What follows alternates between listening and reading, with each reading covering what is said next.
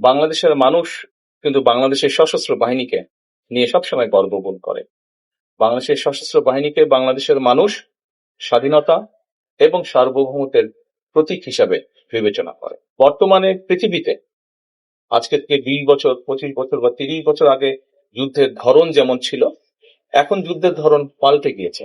আমরা চাই আমাদের যেটা লক্ষ্য, আমরা যেটা আশা করি, আমরা যেটা চিন্তা করি, সেটা হচ্ছে যে ইনশাল্লাহ ভবিষ্যতে একদিন বাংলাদেশের সেনাবাহিনীর প্রশিক্ষণ বলুন, বাংলাদেশের সেনাবাহিনীর আর্ট বলুন, বাংলাদেশ সেনাবাহিনীর এক্সপার্টিস বলুন, সব নিয়ে পৃথিবীর বিভিন্ন বড় বড় জায়গায় আলোচনা হবে। তারা গর্ব ভরে বা তারা কেউ কেউ হয়তো হিংসার দৃষ্টিতেও বাংলাদেশ সেনাবাহিনীকে কথা বলবে। আমরা সেই দিনের অপেক্ষা করছি।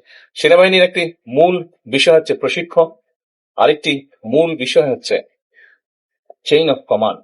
এটি আমাদেরকে, কারণ ডিসিপ্লিন রক্ষা করতে হলে অবশ্যই চেইন অফ কমান্ড আমাদেরকে মানতে হবে।